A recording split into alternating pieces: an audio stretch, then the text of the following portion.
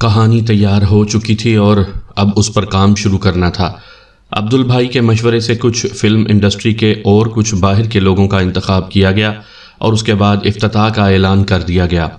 طالوت نے اپنی عالی شان کوٹھی میں ہی فلم کا افتتاح کیا تھا۔ اس نے پورا ساز و سامان خریدا تھا، ٹیکنیشین ملازم رکھے تھے۔ ایک خوبصورت سے منظر کی فلم بندی سے فلم کا آغاز ہوا اور نہایت کامیاب منظر فلم بند کیا گیا۔ اس کے بعد ایک عمدہ سی پارٹی دی گئی۔ لوگوں نے اور اخباری نمائندوں نے فلم کے بارے میں نوری سے بہت سے سوالات کیے، جن کا جواب اس نے نہایت مناسب انداز میں دیا۔ آپ نے اس فلم کے ہیرو اور ہیروئن کا نام اناؤنس نہیں کیا؟ ایک رپورٹر نے پوچھا۔ جی ہاں، دراصل ہم نے ابھی تک ان کا انتخاب ہی نہیں کیا۔ اس کی وجہ؟ ہم اس فلم میں نئے چہرے لانا چاہتے ہیں، ان کی تلاش جاری ہے، نوری نے جواب دیا۔ افتتاح نہایت کامیاب رہا، ہم سب بہت خوش تھے۔ مہمانوں کے جانے کے بعد طالوت مجھے علیحدہ لے گیا اور اس نے بڑی رازداری سے کہا، عارف، محمود کو دیکھ رہے ہو؟ ہاں، کیوں؟ گرے کلر سوٹ میں ظالم کیا جچ رہا ہے، وہ خوبصورت اور جامع زیب ہے، میں نے کہا۔ اور اپنی نوری؟ طالوت نے کہا۔ کیا مطلب؟ میں چونک پڑا۔ کسی سے کم ہے کیا؟ ہماری فلم کے لیے یہ جوڑی کیسی رہے گی؟ اوہ طالوت، تم نے تو میرے منہ کی بات چھین لی۔ میرا خیال ہے ان دونوں کو یکجا کرنے کا یہی ایک ذریعہ ہے، ورنہ یہ شریف عشق و عاشقی سے واقف ہی نہیں معلوم ہوتے۔ تم نے نوری یا محمود کے کرداروں میں کوئی لچک دیکھی ہے؟ قطعی نہیں، ہم ان دونوں کا رومان لڑوانے میں ناکام ہو چکے ہیں۔ تب پھر بسم اللہ۔ بسم اللہ، اور پھر ہم نے نوری اور محمود کو اپنی میٹنگ میں شریک کر لیا۔ ایک خاص مسئلے پر گفتگو کرنا ہے محمود۔ جی فرمائیے۔ محمود ہماتن گوش ہو گیا۔ فلم کی باقاعدہ پبلسٹی کے لیے ضروری ہے کہ ہیرو اور ہیروئن کا نام بھی اس میں شامل کیا جائے۔ میں بھی یہی سوچ رہا تھا جناب۔ پھر کوئی فیصلہ کرو، یہ فیصلہ بہت جلد ہونا چاہیے، طالوت نے کہا اور محمود سوچ میں گم ہو گیا۔ کہانی تمہارے معیار کی ہے نور؟ وہ نوری سے مخاطب ہوا۔ یقیناً۔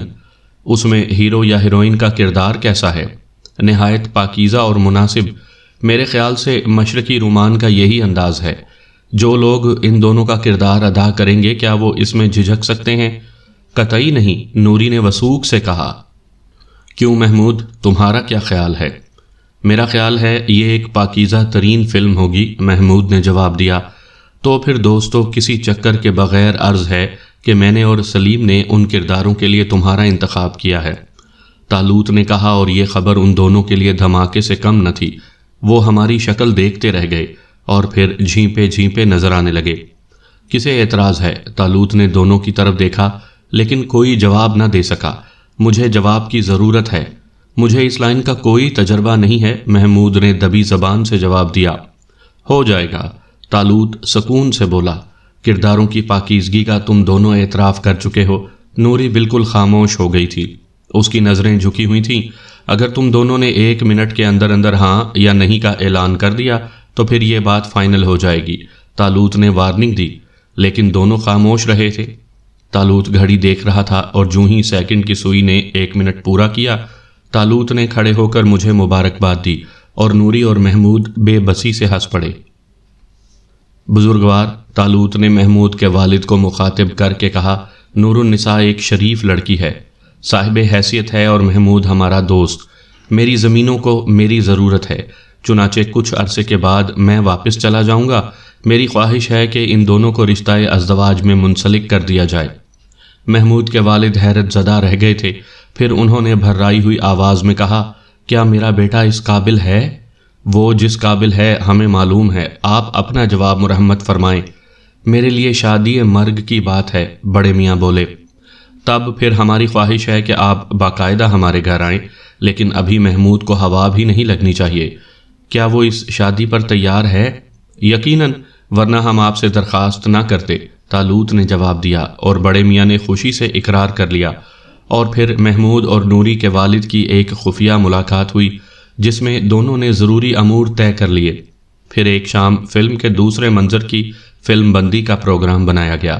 یہ ٹکڑا باقاعدہ کہانی میں شامل تھا، البتہ سیٹ پر مہمانوں کی ترتیب حقیقی رکھی گئی تھی۔ وہاب علی صفدر محمود کے والد، اس کی بہن اور دوسرے لوگ سیٹ پر موجود تھے۔ عبدل بھائی کی ہدایت میں سین شروع ہوا۔ محمود نوری کو منگنی کی انگوٹھی پہنانے والا تھا۔ دونوں شرمائے ہوئے تھے اور اس حقیقی شرم نے منظر میں زندگی ڈال دی تھی۔ محمود نے ہیرے کی چمکتی ہوئی انگوٹھی نوری کی انگلی میں پہنا دی اور تمام مہمانوں نے تالیاں بجائیں۔ سین اوکے ہو گیا تھا۔ تب طالوت نے اخباری رپورٹروں کو مخاطب کر کے کہا، صاحبو، اس منظر کی ایک حقیقت میں آپ کے گوش گزار کرنا چاہتا ہوں۔ یہ ہماری فلم کا ایک منظر ہے، لیکن کیسی انوکھی بات ہے کہ اس منظر میں کوئی مصنوعیت نہیں ہے۔ خاتون نور النساء اور مسٹر محمود کے بزرگوں نے یہ منگنی حقیقی طور پر طے کی ہے اور آج سے باقاعدہ طور پر خاتون نور النساء محمود کی منگیتر ہیں۔ یہ منظر زندہ جاوید رہے گا۔ نوری اور محمود نے گھبرا کر ایک دوسرے کی شکل دیکھی۔ میرے الفاظ کی تصدیق دونوں بزرگ کریں گے، طالوت نے اشارہ کیا اور دونوں بزرگوں نے کھڑے ہو کر منگنی کی تصدیق کر دی۔ نوری اور محمود شدت حیرت سے گنگ کھڑے ایک ایک کی شکل دیکھ رہے تھے۔ مہمانوں نے ایک بار پھر تالیاں بجائی تھیں۔ لوگ بھی اس دلچسپ پروگرام سے مسرور نظر آ رہے تھے۔ پھر لوگوں نے اٹھ کر نوری اور محمود کو مبارکباد دی۔ اس فلم کے معیاری ہونے میں کوئی شبہ نہیں ہے، جس کے مناظر اس قدر حقیقی اور جاندار ہوں۔ بلا شبہ آپ کی فلم کامیاب ترین فلم ہوگی، لوگ نوری اور محمود سے کہہ رہے تھے۔ لیکن ان دونوں کی حالت خراب تھی۔ وہ پاگلوں کی طرح ایک ایک کو دیکھ رہے تھے، جیسے متوقع ہوں کہ اب ہم یہ مذاق ختم کر دیں گے، لیکن ظاہر ہے یہ مذاق نہیں تھا۔ منگنی کا باقاعدہ اعلان ہوا تھا، انگوٹھی پہنائی گئی تھی، پھر شک و شبے کی کیا بات تھی، اور پھر مہمانوں میں انتہائی نفیس قسم کی مٹھائی تقسیم کی گئی جو منگنی کی خوشی میں تھی، اور اس کے بعد مہمان رخصت ہونے لگے۔ پھر جب وہ دونوں سنبھلے تو محمود نے طالوت کا بازو پکڑا۔ میری بات سنیں گے بھائی جان؟ سلیم دیکھو ذرا، اس محمود کے انداز میں جارحیت ہے، ذرا میری مدد کو آؤ، کہیں یہ مجھے مارنا نہ شروع کر دے۔ طالوت نے مسخرے پن سے کہا اور میں ہنستا ہوا ان کے قریب پہنچ گیا۔ ذرا دوسرے کمرے میں آئیے، محمود نے کہا۔ آؤ، طالوت مردہ سے لہجے میں بولا، اور ہم تینوں دوسرے کمرے کی طرف چل پڑے۔ محمود کے چہرے پر سنجیدگی نظر آ رہی تھی۔ یہ سب کیا ہے بھائی جان؟ اس نے سنجیدگی سے پوچھا۔ ارے تو کیا فلم کی کہانی میں یہ منظر میں نے رکھا تھا؟ طالوت کلکلا کر بولا۔ پلیز مذاق نہ کریں، مجھے سنجیدگی سے بتائیں یہ سب کیا ہے؟ منگنی ہے اور کیا ہے، طالوت ہی بولا۔ مجھے ہنسی آ رہی تھی۔ فلمی یا حقیقی؟ فلمی بھی، حقیقی بھی بھائی جان۔ محمود نے دوسری طرف رخ کر لیا۔ بھائی جان، یہ اچھا نہیں ہوا۔ کیوں محمود، کیا نوری میں کوئی خرابی ہے؟ یہ اچھا نہیں ہوا بھائی جان، محمود نے کہا۔ اوہ، شاید تمہیں اس کے ماضی سے اختلاف ہے، لیکن محمود یقین کرو، نوری ایکسٹرا گرل ضرور رہی ہے، لیکن اس نے اپنی خودی اور اپنی شرافت کی حفاظت کی ہے۔ محترمہ نور النساء کی پاک بازی پر شک کا مجرم بنا کر مجھے ذلیل نہ کریں بھائی جان۔ خدا شاہد ہے کہ میرے ذہن میں ایسا کوئی تصور نہیں ہے۔ پھر کیا بات ہے بھائی جان؟ میں ایک کم مایا انسان ہوں۔ تعلیم حاصل کرنے کے بعد میں نے بہت سے خواب دیکھے تھے جو پورے نہیں ہو سکے۔ میں نے اپنی کوششوں میں کوتاہی نہیں کی تھی، بس مقدر نے ساتھ نہیں دیا تھا۔ پھر میں نے ڈرائیوری کرنے کی ٹھان لی۔ آپ کے اشتہار کو دیکھ کر آپ کے یہاں آیا اور ملازمت مل گئی۔ آپ نے میری جو تنخواہ لگائی، پہلے اسے مذاق سمجھا، پھر بڑے آدمیوں کا کھیل۔ بہرحال یہ کھیل میرے لیے منافع بخش تھا۔ میں نے کبھی اپنے فرض سے بد دیانتی نہیں کی۔ میں ہمیشہ آپ کا مخلص اور وفادار رہا۔ محترمہ نوری ایک نیک اور پرکشش خاتون ہیں۔ میری نگاہوں نے اگر کبھی بہکنے کی کوشش کی تو میرے ضمیر نے مجھے جھنجھوڑ دیا۔ میں نے ہمیشہ اپنی حیثیت یاد رکھی۔ بھائی جان، مس نور ایک بلند پایا خاتون ہے۔ اس تصور کے ساتھ وہ کبھی خوش نہ رہ سکیں گی کہ ان کا شوہر، ان کا ملازم، ان کا ڈرائیور رہ چکا ہے۔ محمود نے گردن جھکا لی۔ اور کچھ؟ طالوت نے طنزیہ انداز میں کہا۔ ہاں، کچھ اور بھائی جان، محمود نے اسی سنجیدگی سے کہا۔ وہ بھی کہہ دو۔ حالات نے مجھے بعض معاملات میں شکست دی ہے بھائی جان، لیکن وہ میری خودی کو شکست نہیں دے سکے۔ میں ابھی تک خوددار ہوں۔ میں زندگی بھر اس اذیت سے تڑپتا رہوں گا کہ میں اپنی بیوی کی وجہ سے دولت مند ہوا۔ اور کچھ؟ طالوت اسی انداز میں بولا۔ بس اور کچھ نہیں۔ گویا تم نور النساء سے شادی پر تیار نہیں ہو۔ جی ہاں، میں یہ شادی نہیں کر سکتا، محمود نے صاف گوئی سے کہا۔ ہمیں افسوس ہے محمود، ہم تمہارے دل تک پہنچنے میں ناکام رہے۔ ہمیں افسوس ہے کہ ہمارا خلوص، ہماری محبت ہمارے کام نہ آ سکی۔ ہم نے تمہیں اپنوں میں سمجھ لیا تھا، ہم نے سوچا تھا کہ تم ہمارے دوست، ہمارے بھائی ہو، اور ہم اسی انداز میں اپنے لیے کچھ حقوق متعین کر بیٹھے تھے، لیکن تم نے اجنبیت، غیریت کی دیوار گرانا پسند نہ کی۔ خیر، تمہاری مرضی۔ ہم ان دونوں بزرگوں سے بات کریں گے، ہم ان سے کہیں گے کہ ہم غلطی کر بیٹھے ہیں جس کی وجہ سے ان کے وقار کو ٹھیس لگے گی۔ ہم ان سے معافی مانگنے کے علاوہ اور کیا کر سکتے ہیں؟ بہت بہتر محمود صاحب، آپ بے فکر رہیں، آپ کی خودی پر آنچ نہیں آئے گی۔ بھائی جان، محمود گھبرا کر بولا، میرا نام رانا عزیز الدین ہے۔ رانا صاحب کہو ڈرائیور، کسی ایسے نام سے مخاطب مت کرو جو مجھے میری حماقت کا احساس دلائے، طالوت نے کہا اور پلٹ کر کمرے سے نکل گیا۔ محمود چند قدم آگے بڑھا اور پھر رک گیا۔ پھر وہ میری طرف پلٹ کر بولا، سلیم بھائی جان ناراض ہو گئے؟ اپنی بے وقوفی پر نادم ہوئے ہیں محمود، اسے ناراضگی نہ کہو، میں نے بھی تلخ لہجے میں کہا، اور میں بھی طالوت کے سے انداز میں باہر نکل گیا۔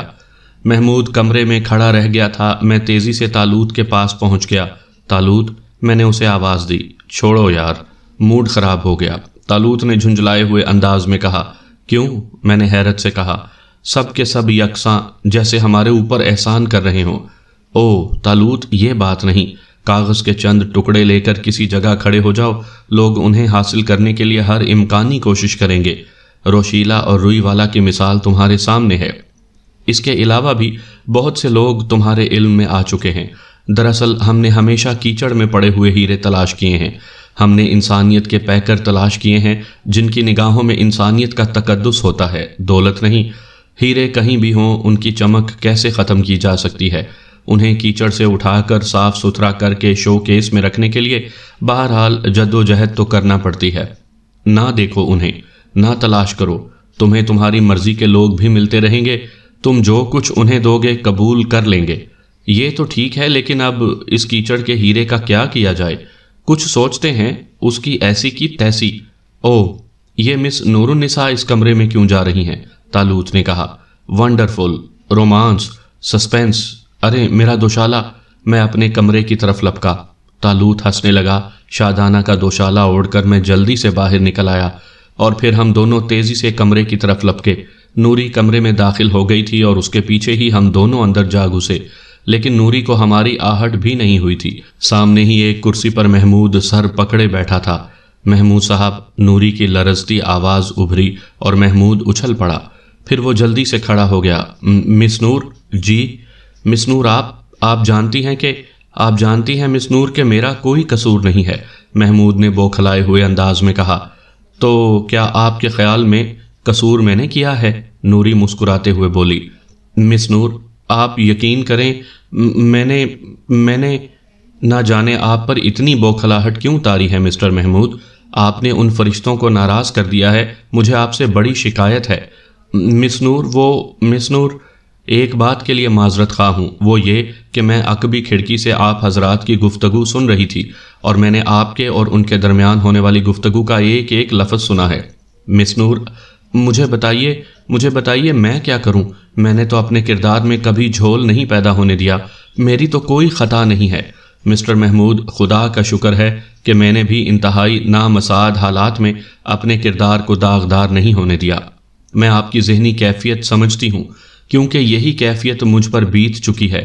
اگر میں اس سے واقف نہ ہوتی تو اس وقت آپ کے پاس کبھی نہ آتی، لیکن چونکہ مجھے احساس ہے، اس لیے مجھے آپ سے ہمدردی محسوس ہوئی اور میں یہاں چلی آئی۔ میں نہیں سمجھا مس نور، محمود نے کہا۔ میں آپ کو سمجھاتی ہوں، تشریف رکھیے، نوری نے کہا، اور پھر خود بھی ایک کرسی گھسیٹ کر بیٹھ گئی۔ محمود اس کے دوبارہ کہنے سے کرسی پر بیٹھ گیا۔ مسٹر محمود، اگر میں آپ کی اور ان دونوں کی گفتگو نہ سنتی تو میری نسائیت مجھے کبھی اجازت نہ دیتی کہ میں آپ سے اس قسم کی گفتگو کروں۔ یوں سمجھ لیں کہ میں یہ گفتگو اپنے بھائیوں کی وجہ سے کر رہی ہوں۔ جی، محمود نے پھنسی پھنسی آواز میں کہا۔ میں آپ سے چند سوالات کروں گی۔ سنیے مسٹر محمود، آپ ایک خوددار انسان ہیں، اور خوددار انسان اپنی عزت، اپنی ملازمت برقرار رکھنے کے لیے جھوٹ نہیں بول سکتا۔ میں آپ کی خودداری کا امتحان لینا چاہتی ہوں، دیکھنا چاہتی ہوں کہ آپ کہاں تک صاف گو اور سچ بولنے والے ہیں۔ محمود متحیرانہ انداز میں نوری کی شکل دیکھ رہا تھا۔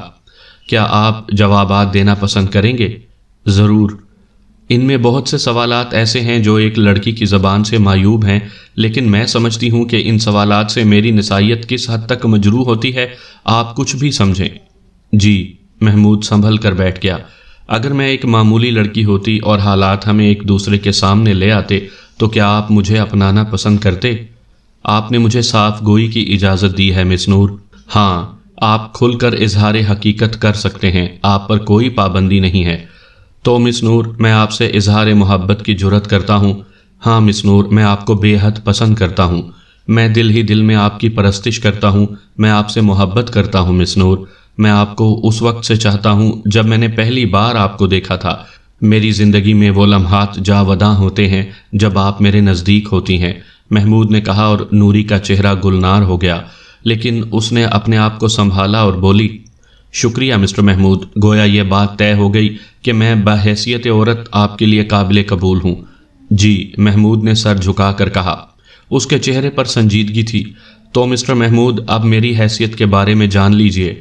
دراصل آپ اس قدر نیک اور شریف انسان ہیں کہ ان لوگوں سے آپ کی ملاقات بھی نہیں ہوئی جو میری حیثیت سے واقف ہیں، ورنہ یہ الجھن ہی پیش نہ آتی۔ غور فرمائیے مسٹر محمود، میں ایک غریب باپ کی بیٹی ہوں جو آنکھوں سے اندھا ہو گیا تھا۔ میں نے اپنے باپ اور بھائی کی پرورش کے لیے ملازمت تلاش کی، لیکن کوئی ملازمت نہ مل سکی۔ تب میں نے ایک ایکسٹرا کی حیثیت سے متعدد فلموں میں کام کیا۔ میں سرسری انداز میں کہوں گی کہ خدا نے میری عزت محفوظ رکھی، اور جب بات عزت پر بنی تو اس نے 2 فرشتے زمین پر اتار دیے۔ ابتدا میں انہیں سمجھ نہ سکی، میں نے انہیں بھی اپنے حسن کا ایک گاہک جانا، لیکن بہت جلد مجھے احساس ہوا کہ میں کسی دوسری دنیا کے لوگوں کے ساتھ ہوں۔ انہوں نے مجھے بہن کہا اور میرے حالات بدل دیے۔ خدا کی قسم، اگر وہ اس قدر مخلص نہ ہوتے تو میں کبھی ان کی دی ہوئی عزت کو قبول نہ کرتی، لیکن ان کی نیت پر شک کرنا گناہ عظیم ہے، اور محمود صاحب، آپ کا انتخاب بھی انہوں نے سوچ سمجھ کر کیا ہے۔ خدا ہماری تقدیریں بدلنے پر آمادہ ہے محمود صاحب، تو آپ کیوں اعتراض کر رہے ہیں؟ وہ انسان ہی کو ذریعہ بناتا ہے۔ آپ جان گئے ہیں کہ میری کوئی حقیقت نہیں۔ اگر ہم دونوں اس جاہ و حشمت کو خدا کا عطیہ سمجھ کر قبول کر لیں تو کیا حرج ہے؟ اور اچانک محمود کے چہرے پر مسرت کے آثار نمودار ہو گئے۔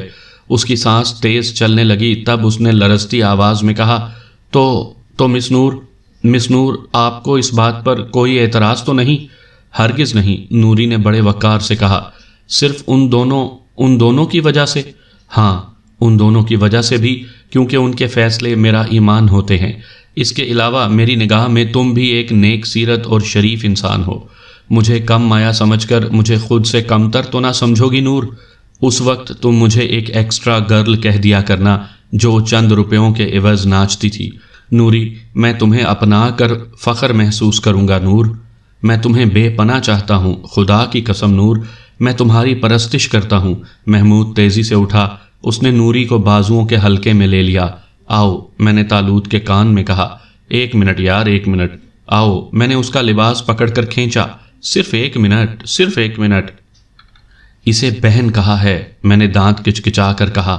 لا حول ولا قوت۔ طالوت برا سا منہ بنا کر واپس پلٹ پڑا اور پھر دروازے سے باہر نکل کر بولا، کان کھول کر سن لو عارف، آئندہ میں کسی کو بہن نہیں کہوں گا۔ ہاں۔ ہم دونوں اپنے کمرے میں آ گئے۔ میں نے دوشالہ اتار دیا۔ طالوت بھی ایک کرسی پر دراز ہو گیا تھا۔ اس کا موڈ بدستور بگڑا ہوا تھا۔ اب کیا پروگرام ہے؟ اس نے پوچھا۔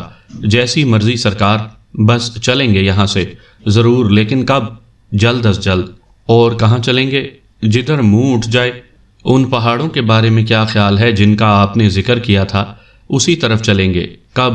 یہ تم بتاؤ۔ میرا خیال ہے جلد از جلد بچوں کی شادی کر کے اس فرض سے سبکدوش ہو جائیں تاکہ سکون سے آوارہ گردی ہو سکے، میں نے فکر مند بوڑھوں کے سے انداز میں کہا، اور طالوت کو ہنسی آ گئی۔ اسی وقت دروازے پر دستک ہوئی اور ہم دونوں خاموش ہو گئے۔ میں اندر آ سکتا ہوں بھائی جان؟ دروازے سے محمود کی آواز سنائی دی تھی۔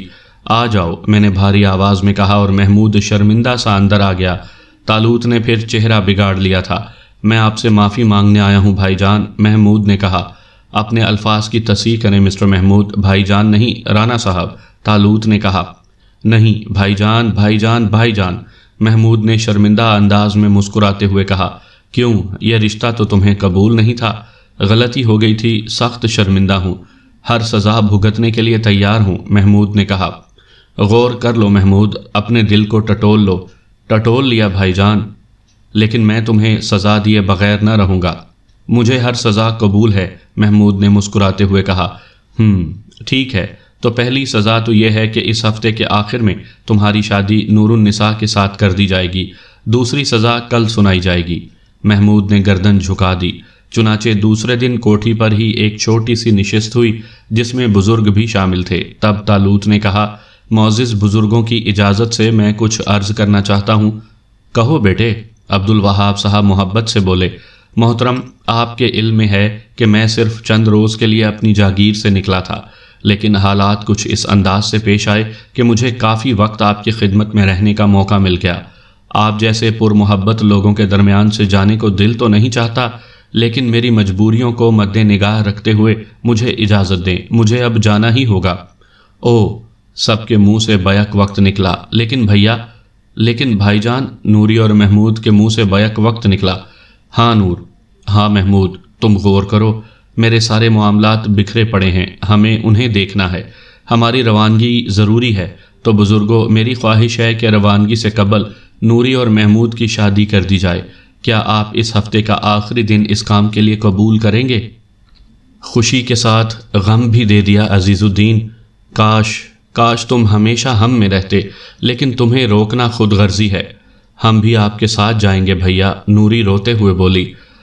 بھائی جان، یہ تصور بھی نہیں تھا کہ آپ سے جدا ہونا پڑے گا، محمود آزردگی سے بولا۔ پھر ملیں گے محمود، میں تم لوگوں کو اپنی جاگیر پر بلاؤں گا۔ اگر مجبوری نہ ہوتی تو میں کچھ اور روز آپ کی محبت میں گزارتا۔ جس طرح تم پسند کرو بیٹے، عبدالوہاب صاحب بولے۔ دوسری ایک بات اور، محمود، سزا نمبر 2 سن لو، جسے تم قبول کر چکے ہو، طالوت نے کہا۔ نور النساء میری بہن ہے عبدالوہاب صاحب، تو محمود میرا بھائی۔ میں کبھی نہیں چاہوں گا کہ میرا بھائی کسی حیثیت میں میری بہن سے کم تر رہے۔ چنانچہ میرا بھائی محمود 50 لاکھ روپے نقد کا مالک ہے۔ میں نے یہ رقم عبدالبھائی کے ذریعے بینک میں جمع کروا دی ہے۔ بینک کا مینیجر ابھی آنے والا ہوگا، وہ کاغذات خود لا رہا ہے۔ بھائی جان، محمود اٹھ کر طالوت کے قدموں میں گر گیا۔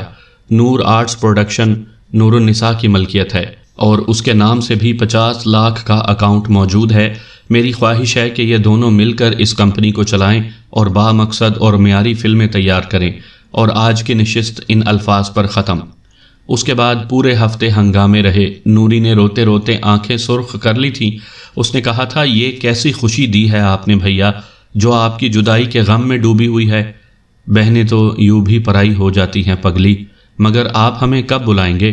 یہ سوچنے کے بجائے اپنے شوہر کے ساتھ دلچسپیوں میں گم ہو جانا۔ میرے حالات جب اجازت دیں گے تمہیں بلانے آ جاؤں گا، طالوت نے کہا۔ ایک ہفتے کے بعد نوری اور محمود کی شادی ہو گئی، اور اسی رات طالوت نے اپنے کمرے میں آ کر کہا، کیا خیال ہے عارف بھائی، بس چلیں گے آج ہی رات کو؟ باقاعدگی سے رخصت ہونا مجھے پسند نہیں ہے۔ ہاں یہی ٹھیک ہے، ورنہ یہ لوگ بہت بور کریں گے۔ پھر بس رات گہری ہوتے ہی نکل چلیں گے۔ پروگرام کس طرح رہے گا؟